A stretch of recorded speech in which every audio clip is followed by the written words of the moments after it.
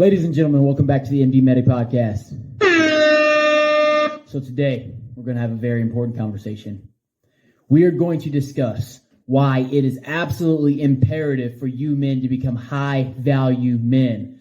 That is right. You will not be able to survive in this world, in this sexual dating marketplace, in any kind of respect, unless you become a high-value alpha male. And we're going to talk about that today. We're going to start off with a quote by G. Michael Hoff. And this quote says that strong men create good times. Good times create weak men, and weak men create hard times. Remember that. Remember that. We live in a society today of weakness. A society today of weak men. There's many reasons why this has happened. It's happened because our world has become so easy. There's been a lack of conflict. There's been a lack of competition. But there's also very high up powers that want men to be weak because they are afraid of men being strong and banding together and standing up against tyranny. But that's a whole different episode. But this society, the average man is weak. Let me give you an example. 40% of men are overweight today in the United States, and 35% of them are obese. This means that 75% of men are either overweight or obese. That is today. That is real. That is wild. The average income of an American male today is $30,000 to $40,000 a year, and the average American male works 40 hours a week and spends 3 hours a day playing video games. And these are statistics from Statistica, a very reliable source that all they do is compile statistical data from the U.S. Census Bureau and from other different surveys that are very accurate and generally well-respected and well-trusted. 77% of American men devote greater than an hour of attention to television per night and not doing anything else, just watching TV. And 50% of American men devote more than 2 hours of undivided attention to television a night. And this is from the Census Bureau. 1/3 of American men are sexless in the past year. Come on, guys. 1/3 of you guys listening, have not had sex in the past year. And it's because of your weakness, and it's because of your inadequacy, and I'm going to tell you how to break out of that. This statistic of 1/3 is even greater when you count the amount of men that haven't had sex in the past month. And this is a research compiled from IU, Indiana University. A university-based study. University-derived statistics tell us American men that we suck, that we're fat, we waste a lot of time, we can't even get laid. That is unacceptable. We're sissies. We're punks. We've lost our man edge. We've lost our male strength, our power. We've lost the things that define us as men. Check this out. As of 2022, 21% of Gen Zers identify as LGBT. 21%. We're sissies. 21%. The generation before that were the millennials. 10.5% of them identify as LGBT, QRS, elemental P, whatever they call it now. So in just one generation, we've doubled our sissiness and our weakness in one generation from Gen Z to millennials. It's even worse when you compare it against the greatest generation. These are the men that fought World War II. The men that literally saved the world from tyranny. The men that were literally willing to get into a boat, run out into a beach, to face certain death. Their friends getting mowed and cut up by machine gun fire in front of them on the beaches of Normandy. These men still had it in their balls and in their heart to run out and face likely death because the thought of dishonor was worse than the fear of death. It's crazy. We're lost. We're lost. So, this generation, the greatest generation, only 0.8% of them identify as LGBT. 0.8. Compared to the 21% now. Guess what? Since 1980, the average testosterone in men, when comparing similar age group, has dropped 17%. 17%. It's wild. It's wild.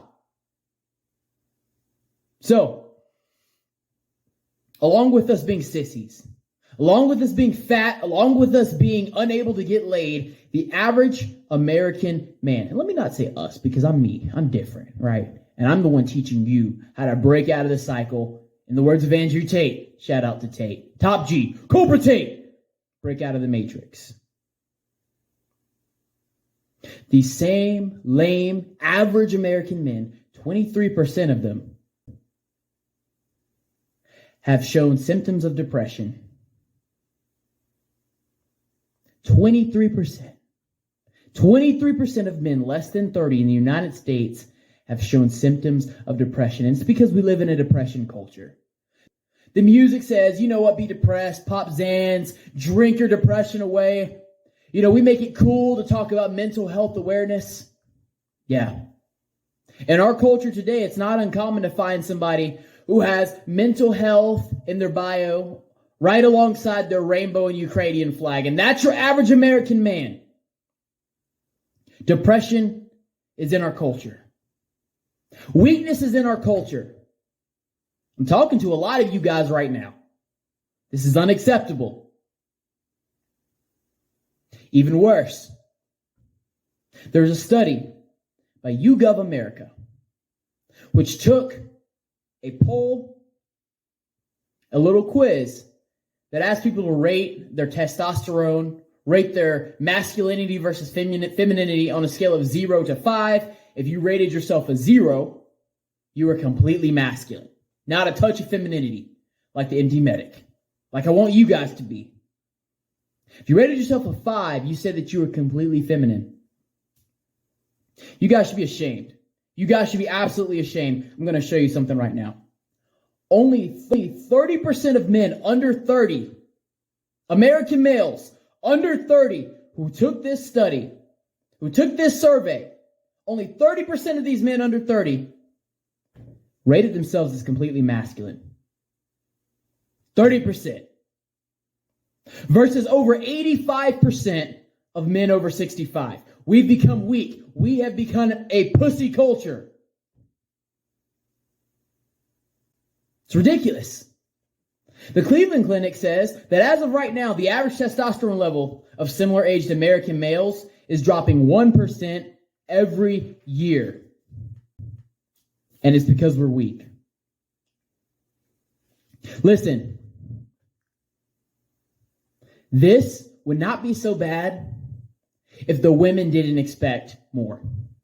This would not be so bad if women still gave us the attention that they used to give, that they've always given men, even though we're becoming weak. But that's not the case. Not the case at all. Though men are becoming weaker, women still want the same G's, the same alpha males that they've always wanted. And I dare say it's even worse because of the hyper-competitive marketplace that we have right now. You see, women are born with their value. Women are born beautiful. Women are born sexy and gorgeous. And no matter what a woman does or doesn't achieve, she's always going to have sexual attention from a man. She's always going to have men coming after her and men wanting her. Let me give you an example. How many times have you seen an 18-year-old bimbo, but she's a hottie. She's fine. She got some tiggle bitties. She got a booty, cute face, 18 years old, lives at her mom's house, has not accomplished anything in her life and doesn't want to, sits and smokes weed all day, spends her entire time on Instagram, on TikTok, taking selfies and stuff. How many times have you seen that girl still able to become the girlfriend of a celebrity or a high-value man? A millionaire, a six-figure earner. How many times have you seen that? Happens all the time. But let me ask you, can you dudes expect to get a baddie to come and want to sleep with you, to come and want to be in a relationship with you or take you seriously if all you do is you sit at home in your mom's house playing video games, smoking weed, jacking off to porn, and being completely out of shape and broke? No, it's not going to happen. That's absolutely not going to happen. I don't even have to give you the statistics for you to know that that is very unlikely. Women are born with their value, but men have to create it. That is why you cannot be a loser. How many times have you heard chicks say, I don't talk to broke dudes. I don't like broke dudes. I don't go after them. You have to be this tall, make this much money, have beautiful teeth, wear this kind of clothes in order for me to even consider. That's what women do because men have to create their value. In order for a woman to even give you attention, you have to bring something to the table. That is just the way of the world. I repeat, that is just the way of the world. So if you're a loser and you're sitting at home doing nothing, being fat, smoking weed, bursting your brain cells, being broke, playing video games, you're a loser. Your idea of getting any kind of woman of value, any kind of baddie that any guy actually wants, it's very unlikely. You're better off just sitting and watching porn. Let me give you some statistics to back that up. Let me show you exactly what I mean. Tinder, the most popular dating app in the world right now, released their metrics to a study called the Tinder Experiment 2. The results of this study found something that is devastating to the average guy. Remember, we talked about what the average guy is. 75% of them overweight, earns $30,000 to $40,000 a year, works only 40 hours a week, watches over an hour of TV every day, plays 3 hours of video games, hasn't had sex, some of them in over a year. 21% of them depressed. Same amount identifying as gay. Only 30% of them even think that they're masculine. That's the average guy today. That's the average guy. Listen to what girls on Tinder think about the average guy. According to this widely published study, the Tinder Experiments 2, the average guy on Tinder only gets liked 0.87% of the time. Or in other words, the average guy only gets liked 1 out of every 115 times. In terms of 1 out of every 115 women that see his profile come across their phone, only 1 out of every 115 of them gets liked. If that's an average guy, that's you. Freaking hopeless. Can't be that guy. The average female on Tinder likes only 12% of the men. So unless you're in the top 12% of men in terms of attractiveness, you will not be liked on Tinder. And I think Tinder is a really good reflection of the sexual and the dating marketplace in the world right now. It's the most common dating app. People use it all the time, the metrics from Tinder, to see what women actually want and what men actually want. Some more metrics. The bottom 80%, as in the vast majority of men, are fighting over the bottom 22% of women that would even give them a chance. Let me break that down. The overweight, unattractive, kind of fugly chicks, the bottom 22% of chicks in terms of attractiveness, are the only ones that would even give the bottom 80%, the majority of men, a chance. And guess what? 100% of women want the top 12% of men. 100% of women, all of them want the G. All of them want the baller. All of them want the boss. All of them want the stud. Want the top 12% of men in terms of attractiveness. All of them want that.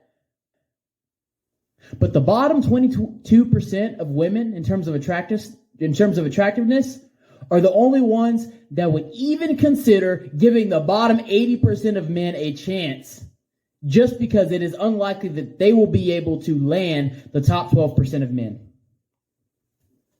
The average man has no hope. Being average is absolutely unacceptable. I will say that again. Being average is absolutely unacceptable. So, now that you're all depressed and sad because you're average, and you should be ashamed of being average, I'm going to come and give you some hope. Becoming above average is so easy because we live in a world where everyone who is average is a loser across all metrics. Now, mind you, the average chick out here lives in a hyper-competitive dating marketplace. It used to be that 50 years ago, you could meet a dime in your city, a dime in your small town, and all you're competing against is the other man in that town. You can work hard, you can have strong work ethic, you can be reasonably attractive, you can be kind of average, and you can go and find this girl, wife her up, and she'll be completely loyal to you and happy. But now that's not the case. We have women that are, in their mind, poisoned by this idea of femininity and feminism, which is the absolute opposite of true femininity. That says, I gotta be a boss bee, I gotta be a queen, I don't need no man. So women don't even have the baseline morality that they used to have. The other problem is this. We live in a hyper-competitive sexual marketplace because of social media. So whereas 50 years ago, in order for a girl to be hit on, she had to actually see this guy in person, nowadays, any girl with social media who's average looking, fives, chicks that are 5s out of 10, I guarantee all of them have received at least one blue check mark in their DMs on Instagram, Twitter, all kinds of different social media platforms. Because of social media, women see only the best. It is advertised to them the very best. The top 12% of men is always advertised to them and flashed in their face. And they think that that's the average and that's what they want. Meanwhile, blue check marks and men of higher status from across the world are sliding in their DMs. That is your competition right now. So being average is completely unacceptable. You see, it used to be where the top men in the world, the kings, the warlords, the princes, the warriors, were the only ones who had all the women. A king would have 70 wives, while the peasants would be lucky to even have one. And what used to be respected back in the day was the man who was the strongest, who could get things done. In every society across human civilization, they all had men carved in stone, the strong man with the sword that stood on top of the hill and conquered things. From Alexander the Great to Genghis Khan to the Qin dynasty in China, to Miyamoto Musashi in Japan, strength was always honored. Now we're so weakened and so civilized that we've gotten away from our mindset of conquest. And because we live in a first world country, conquest and physical violence is not acceptable, but you can still be the conqueror that Alexander the Great was. And this is how. Don't be average. Here's how you not be average. We said before, 75% of American males are overweight or obese. You know, I can be above average. Get in shape, be ripped, be strong, be sexy, like the MDmedic. If you are in shape, if you have a six-pack and can bench 225, and are at the point where you can barely grab a handful of yourself because you're strong, because you're in shape, because you're ripped, because you're jacked, you're instantly in the top 25% right there over something that anybody can do. And so many of you are like, oh my gosh, I don't want to. It's too hard. I've tried, but it's just difficult for me. Dieting isn't something that I can do. Really, nigga? You're making excuses. You know what? Stay fat. Stay out of shape. Stay a loser. See how that works for you. Meanwhile, guys like me are going to dominate the ladies, dominate the sexual marketplace. We're going to have all the women and you're going to have none. It's about choosing what you want to do. This is not a channel for losers. This is not a channel for people that want to stay where they're at, but this is a channel for people that want to get better. Another way you can be better. Another way you can not be average. Another way you can be the top 12%. Another way you can be a warlord, an emperor, a conqueror. Up your money. You see, it used to be the measure of a man was his skill in battle. The measure of a man was his ability to tame nature, to tame a weapon, and go and conquer other people, conquer places, conquer territories. But now in our civilized society, it's a little bit unacceptable for you to be challenging people out in the street to sword battles to the death. As cool as that would be, we can't do that. We can't do that. So the ancient world, where they had people like Alexander the Great, Leif Erikson, Miyamoto Musashi, Richard the Lionheart, King Charlemagne, Shaka Zulu. These were the people, the warriors, the conquerors that they had to offer as their greats. Now, the best we can offer is, Drake and LeBron James. Because society has changed. But here's how you can still be a conqueror. It used to be that the measure of a man was in his propensity and adeptness in battle. Now, the measure of a man, the equivalent to conquest in battle right now, is status. Status, yes. It's about the money. What you wear, the watch you have on your wrist, the bank account that you have, your ability to provide a good experience for a woman is the equivalent to 1,000 years ago, your ability to march into battle and conquer your enemies. Now, I do believe that every man should be able to still physically handle himself in combat. But right now we're talking about status. You have to up your money. And I'm going to tell you something. There's no excuse. There is absolutely no excuse for an able-bodied male that lives in a first world country to be broke. I will say that again. There's absolutely no excuse for an able-bodied man in a first world country to be broke. This is why. If someone can come from Uganda, from Mexico, from Guatemala, from these third world countries with absolutely nothing, terrible governments, barely any shoes on their feet, no running water, no electricity, they can come here illegally with absolutely nothing and then work their butt off to become a homeowner, to raise a family here, to be a higher wage earner than your average American. There's absolutely no excuse. I'll say that again. There's absolutely no excuse. Let me tell you something. How often do you see a homeless immigrant? How often do you see a homeless person from Vietnam? A homeless person from Central or South America? A homeless African? How often do you see that? Almost never. But how often do you see someone who's homeless, who's a bum, who's strung out on drugs, who lives on the street with no motivation, who's an American? All the freaking time. It's about mindset. If they can do it, what's your excuse?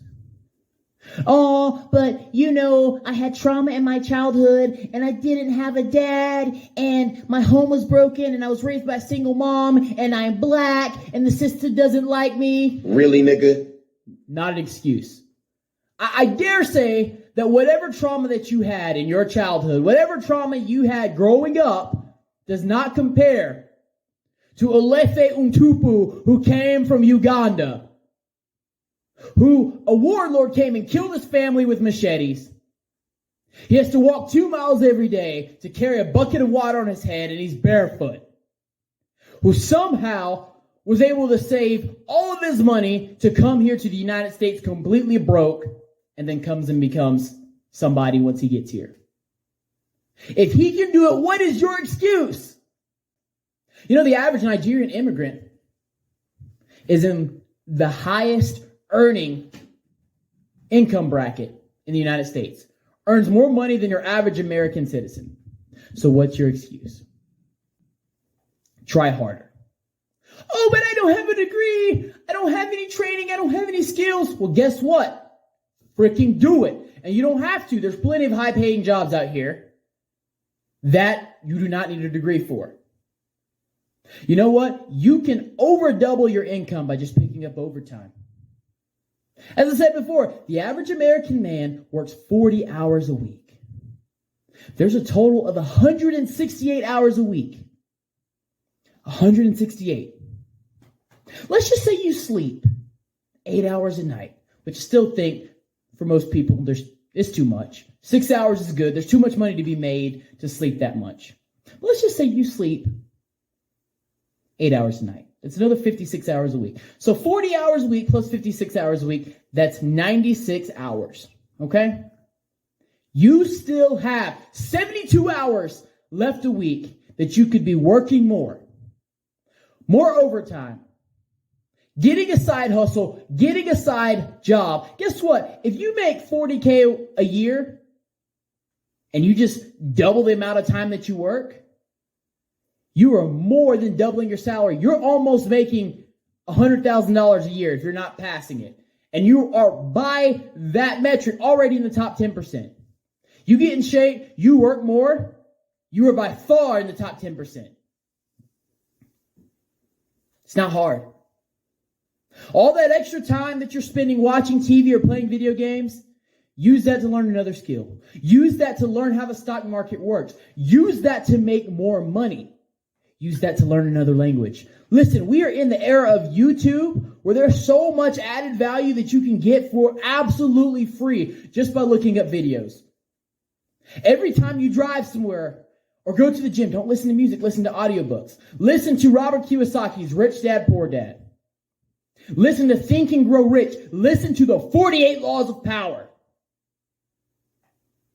Use your time to make money, to make yourself better, to become a top 12%er that the women want.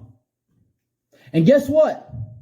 I guarantee at that point, instead of having to put up with women's crap, when you go on a date with a girl that you don't even like, a girl that you don't even find that interesting, but you're so desperate to get laid that you end up putting up with her BS. You end up putting with her bad attitude. You end up putting with her hoe behaviors. She belongs to the streets. Because you just want to get laid that bad, because you don't think very much of yourself, because this might be the only sexual opportunity that you get, and who knows how long. Guess what? You won't have to do that anymore if you become this guy. Get in shape. Maximize your money. Maximize your knowledge. Get your hygiene on point. I'm going to tell you something. Most of you dudes don't even know how to wash your balls correctly. Come on now. Most of you dudes say, oh, I take a bath every other day, every 3 days. Dude, that is unacceptable. Smell good. Look good. Man, just having some, lotion, deodorant, and some cologne on. Girls are going to notice it. I get complimented all the time. Mind you, I know I'm me. I know I'm the handsome, strong, smart, talented MDmedic. And I'm always going to get female attention. But listen, I'm telling you, women always notice you smelling good. It doesn't matter if you're short. It doesn't matter if you're not that attractive in the face. Guess what? As a man, we're disadvantaged in a lot of ways. But one advantage that we do have is in other areas that we lack in attractiveness, we can make up for it. Because women don't just look at the physical on men.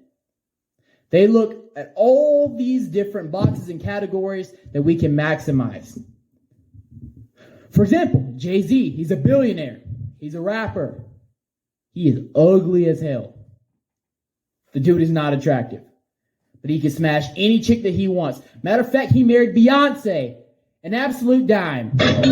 Because he's got money, because he's got status, because he has become attractive in every other metric that he could possibly help.